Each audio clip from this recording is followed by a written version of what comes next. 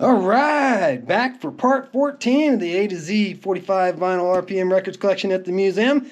And we've got Dexy's Midnight Runners doing Come On Eileen, oh I swear do. I love that song. It's always good, happy, upbeat song. And I worked with a woman named Eileen who absolutely despised it, wouldn't you figure? But I always thought it was a great tune. Love that tune. Pardon my sinuses a bit today. It is absolutely freezing here. It was all of -10 when I went to bed last night, and it's all of +2 today, with a forecast high of 0 tomorrow. So I've been having a little bit of sinus problems today, but I'll try not to allow that to interfere too much with our videoing. B-side here, Let's Make This Precious, which isn't a song that I know at all, but Come On Eileen is definitely one of my faves. All right, and next up we're going back to the 50s again for a really, really old one. The Diamonds doing The Stroll, which you may or may not know that one by the title, but you see it in films and stuff a lot. Dun, dun, dun. And they'd line up and they'd dance down the road, and yeah, it was a thing that they did, dancing back in the 50s. You can see this says December 2nd, 1957 as an original release date. So, yeah, we're going back even before my time.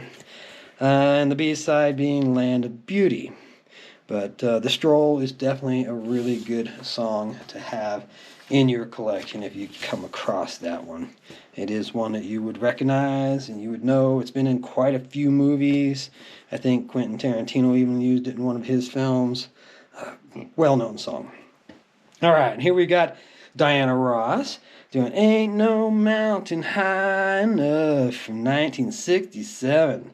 Now, you can clearly see this is a Motown Yesteryear series, so this is a reissued version of the release. So the B-side would probably be something you might know as well. 3 years later, 1970 being the date on this one, but Reach Out and Touch Somebody's Hand. By the title, I don't recognize it, but maybe if we gave it a spin, it might turn on some bulbs. But right now, the A-side there would be the only one that I'm familiar with. Now, here's another one out of my original collection from when I was a child, and it is a novelty record. It is Mr. Jaws by Dickie Goodman. And yeah, this is where I don't know if you remember these or not, but Dickie Goodman, he was a radio DJ, I believe, originally, and he started doing some of these comedy records where he would take bits and pieces from songs and string together like an interview or a story, and then use those bits and pieces of the songs as answers or responses. There was a Mr. Kong, too, which I do have a copy of. It's not here in this box, so it must have been in one of my mix boxes. I think I've already filmed it. I might not have, but somewhere along the way, I do have Mr. Kong, because this was, 75 for Mr. Jaws. Kong came out in 77, or at least the remake of it, the big budget remake of it. But yeah, these are fun listens. And the B-side of this was a song called Irv's Theme. You'll notice both sides were in mono. I don't believe there was ever a stereo version of that, at least not on 45 vinyl. And next up, we've got Dion and the Belmonts doing Why Must I Be a Teenager in Love? Do-do-do-do.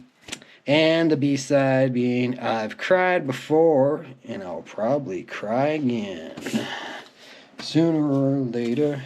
Now here's a nice, solid black sleeve, nothing on it at all, and it's by Dire Straits with the Sultans of Swing, which is probably their earliest, biggest hit. They had some much bigger hits later, but this was definitely their first early big hit. It's a song that I knew them by before they came along and did Money for Nothing and got real huge with Brothers in Arms. But the B-side of this being a song called Southbound Again. And then, speaking of Brothers in Arms and Money for Nothing, here is the picture sleeve for that very song. And it's kind of weird art there. It's even hard to see. They've got a list of the tour dates, And if you happen to have been in Denver on 9/4, September 4th of that year, you would have had a chance to see Dire Straits in Denver. And here is the vinyl itself. We got money for nothing and chicks for free. And you'll notice this is a long edit, so it's not the album version, it's the radio version, 438. Not sure just exactly how long the album version is, if it's longer or shorter than this. This would have the original uncensored, politically incorrect line that has since been changed in it, that I'm sure if you knew from the times, you know what I'm talking about. The B-side was Love Over Gold live version. So here you've got another exclusive B-side, which makes this a special piece of vinyl to get your hands on. Don't know if that was ever released again anywhere else, but it was originally released there on that. And then I've got two copies here. This one's a little bit dirtier looking.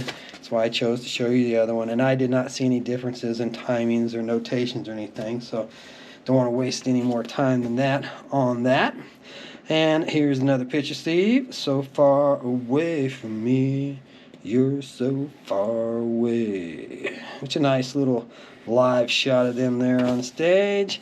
And the backside is simply just solid black with production credits. So here we've got the actual vinyl label itself with So Far Away. And on the B side, we've got a song called If I Had You. So, and this is from the Warner Brothers maxi single, Twisting by the Pool. So, it's not actually from the album. It is an exclusive track, which is interesting. But So Far Away was from Brothers in Arms. So that's another nice piece of vinyl to have with something different about it, something exclusive. That's always good to have in a collection. Here we've got Heavy Fuel, which is another great song of theirs that I love a lot. You got to run on heavy fuel. And you'll notice this one's noted as the album version. It's also noted as the A-side. So 91 with the barcode. This is right at the end. 91, 92, that's when they quit issuing credit for unsold copies and stores simply just quit buying them, and 45 RPM vinyls just kind of dried up from the marketplace unless you were in a specialty shop looking for DJ materials. B-side of this being a song called Kingdom Come. It doesn't give us any credits from that, so I don't know if that's an exclusive track or anything special or not. I'm a mediocre Dire Straits fan. I like them. I've got a lot of their earlier albums, but I don't know if Kingdom Come is an album track or an exclusive B-side. It don't say, and I don't know. All right, so here we've got another picture sleeve for Walk of Life. Do the Walk of Life. Yeah, it's a good song, too. They did really well with that Brothers in Arms album. It was kind of like their ZZ Top Eliminator, or you had a successful band that finally broke through with the big time success after years and years of moderate success, or good success, but not top of the heap. Anyways, here's the label there for Walk of Life, with the B-side label being a song called One World. One world, I'm gonna live it up. This one's an interesting one because it's got a really heavy-duty metal insert that I was afraid to try and remove because I'm not even sure how they managed to get that sucker on there without damaging the disc. I guess because it's got overlapping lips here but not here, and then it's the reverse way on this side, but that sucker is in there. Let me tell you, it's in there good. I'd probably just pull my adapter off and use this one if I wanted to play this one. But anyways, the Dixie Cups go into the chapel and I'm gonna get married. And the B-side, Ain't That Nice. Getting married today. Congratulations to you. All right. Next up, we've got a novelty one. This one would have been cool a couple weeks ago, but we've got Jingle Bells by Don Charles's Singing Dogs, directed by Carl Wiseman. Now, how hard could it be to direct dogs to sing Jingle Bells? Sounds like that guy had quite the task ahead of him. But yes, Jingle Bells by the Singing Dogs. And the B side of that is Oh, Susanna, why don't you bark for me? And it's cool that you've got the old dog there. And I looked his name up recently. This came up at a party that I was at, and somebody claimed they knew the dog's name. I looked it up online, and they were wrong, but the dog does have a name. And there was a junior, too. There's two of them. There's the first original dog, and then there was a follow-up. They both had different names. I can't come think of it right now, but just Google RCA dog name, and it will pop right up for you. All right, so probably going to wrap this one up here with Don Henley doing Dirty Laundry.